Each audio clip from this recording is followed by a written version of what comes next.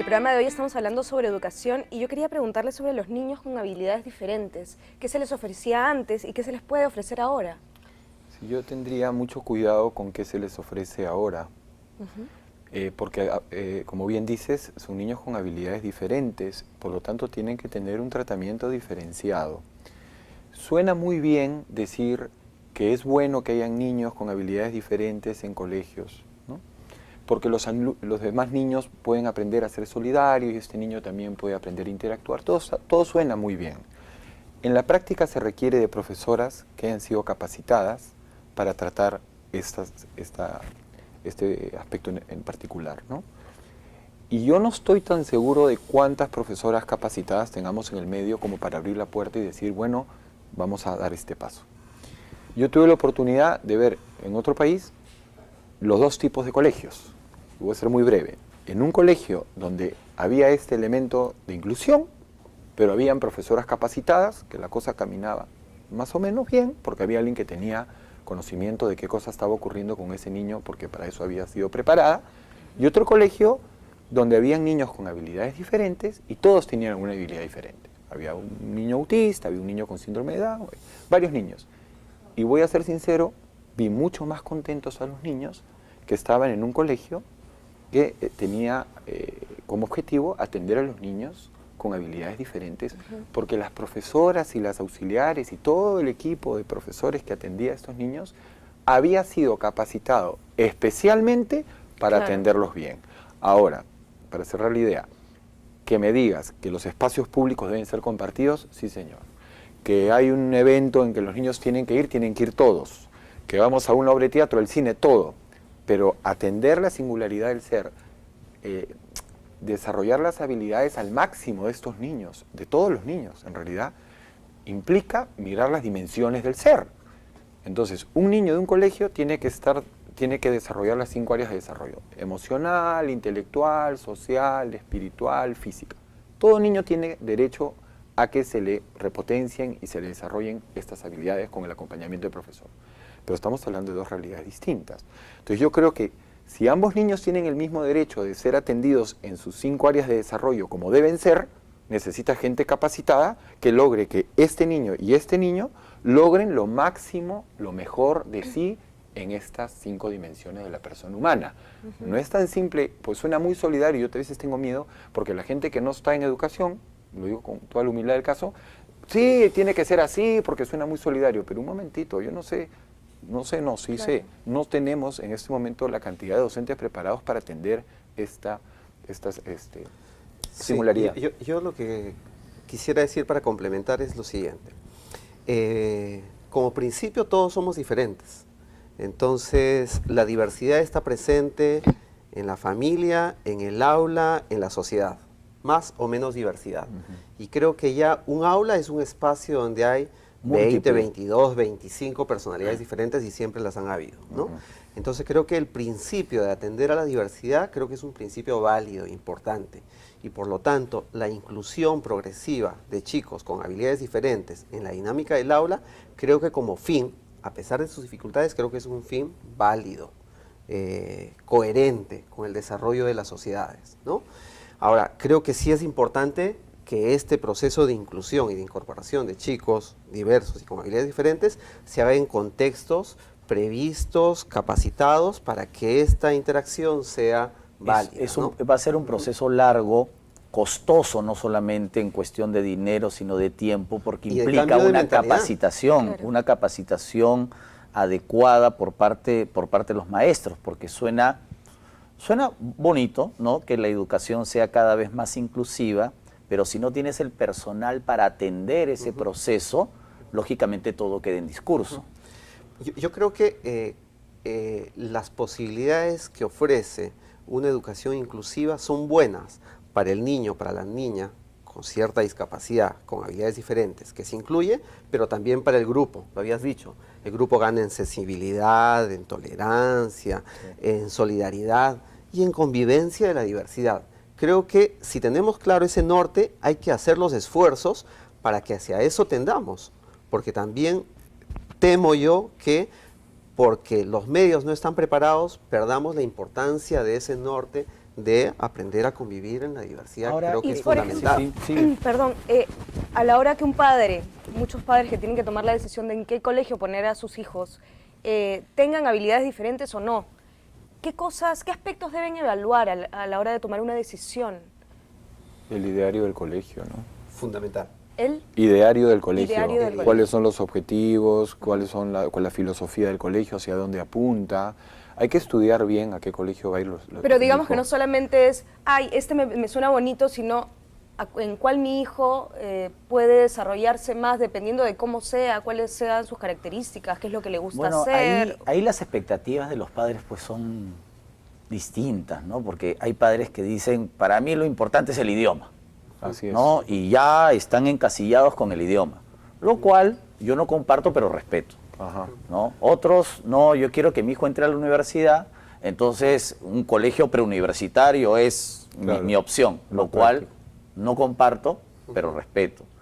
Hay otros que dicen, a mí lo sea fundamental es, religioso, no, o los que sea valores, laico. los valores, ¿no? A mí me interesa el tema de los valores. Entonces, claro, muchos se inclinan en un colegio religioso, el de la religión que fuera, el credo que fuera, ¿no?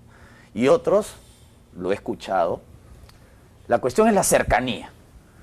Primero tengo que ver qué es Claro. lo que tengo Claro. más cerca, lo cual también es una opción Pues práctico. lógica, porque imagínate si tu hijo estudia en el otro lado de la ciudad, cualquier emergencia, o sea, hay una serie de variables que los padres de familia van barajando para matricular a sus hijos a un colegio, lógicamente también si es mixto o no. Sí.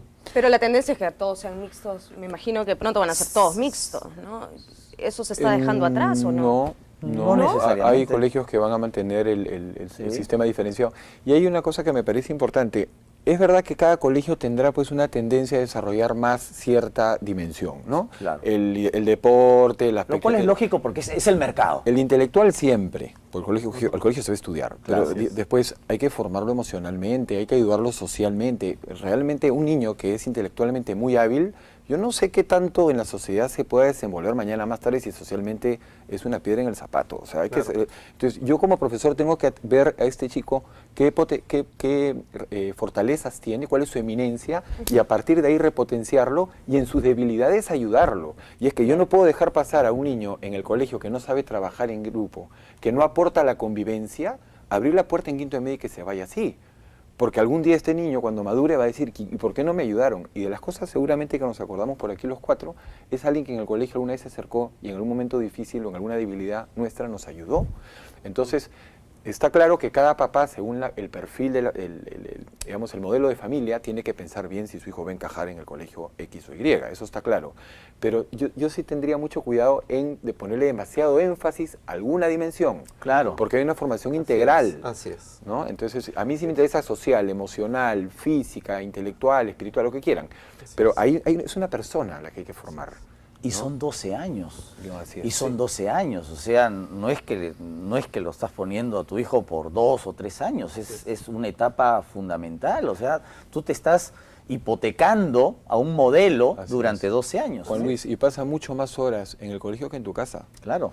¿No? Y a mí eso sí me parece interesante también porque, hablando de los papás, el papá tiene que saber cómo la pasa el hijo en su casa, en el colegio, perdón.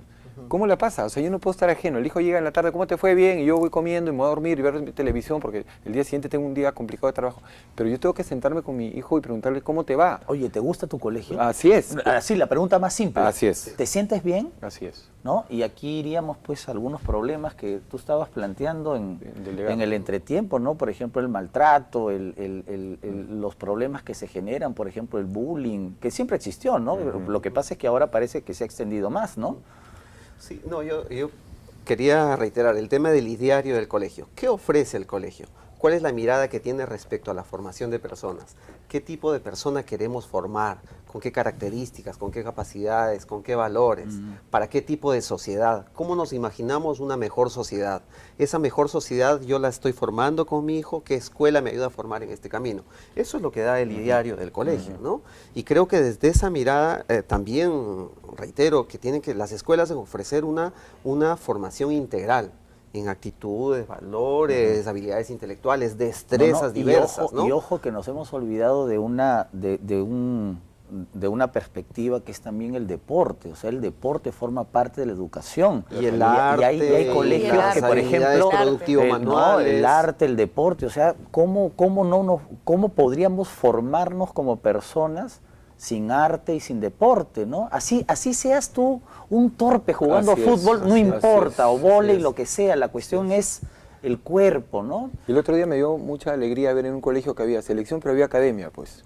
Entonces, si tu hijo no estaba todavía listo para una selección, tenía un espacio para la academia. Hablo de las extracurriculares, después del horario Claro, curricular. ¿no? Entonces, yo sí creo que no los colegios privados, los públicos, todos deben ofrecer actividades en las tardes donde los niños puedan desarrollar sus habilidades, porque en realidad la currícula, el tiempo de horas de clase se está volviendo cada vez más académico. Y las horas de educación física han bajado. Entonces, en la tarde el colegio podría abrir sus puertas porque hay una suerte, como hacen en otros países, que se abren las instalaciones del colegio para que la población pueda aprovechar los espacios deportivos y desarrollar Además que planteen opciones y que sea el alumno el que decida, prefiero hacer este deporte Claro. o prefiero hacer Los una famosos actividad talleres de artística. las tardes, Así es. ¿no? Y yo particularmente creo que esos talleres deberían estar incorporados en la currícula, ¿no? Eso O sería sea, lo debería- ideal. claro. Lamentablemente, O sea, a veces por razones de espacio, porque... Mira, tú ofreces talleres de arte y hay opciones de teatro, música, danza, Sí. juego dramático, en fin, artes plásticas, ¿no? Comisiones productivas, el desarrollo de habilidades productivas manuales son importantes también. En el colegio tenemos actividades relacionadas al reciclado, a la artesanía, al trabajo de huerto, de cuidado de animales. Son absolutamente apasionantes, formadoras para los chicos y te ofrecen posibilidades de desarrollo que combinas lo intelectual con lo productivo manual. O sea, se integra, es la integralidad de la educación. Lo que dice precisamente Carlos en el juego. es bien interesante porque tú puedes tener una historia de fracaso escolar académicamente hablando, ¿no? Y son 6 horas que estás frente a un profesor y a una pizarra. Pero qué bien que tengas una habilidad que alguien te reconozca en el camino. Entonces yo no soy bueno en el Eso. tema intelectual y de repente el entrenador de fútbol me dice, tú en mi equipo eres clave. Claro. ¡Pum! Cambió la vida escolar. Así es. Pero Claro. si nadie ve, porque una de las cualidades del profesor y del líder me parece que es captar los dones del otro para poder hacerlo sentir bien. Ese era uno de los problemas de la educación tradicional, que como trataba Hay de un énfasis. homogeneizar, allí el que se sentía frustrado no tenía otro camino. En cambio, si el colegio justamente abre el abanico de actividades y de posibilidades... Y le da una valoración importante a cada una el de que ellas. se siente frustrado con la matemática, pero se da cuenta que es un campeón dibujando, Claro. eso te cambió, como tú dices, la vida, ¿no? Y con eso nos vamos a un pequeño corte, pero ya regresamos.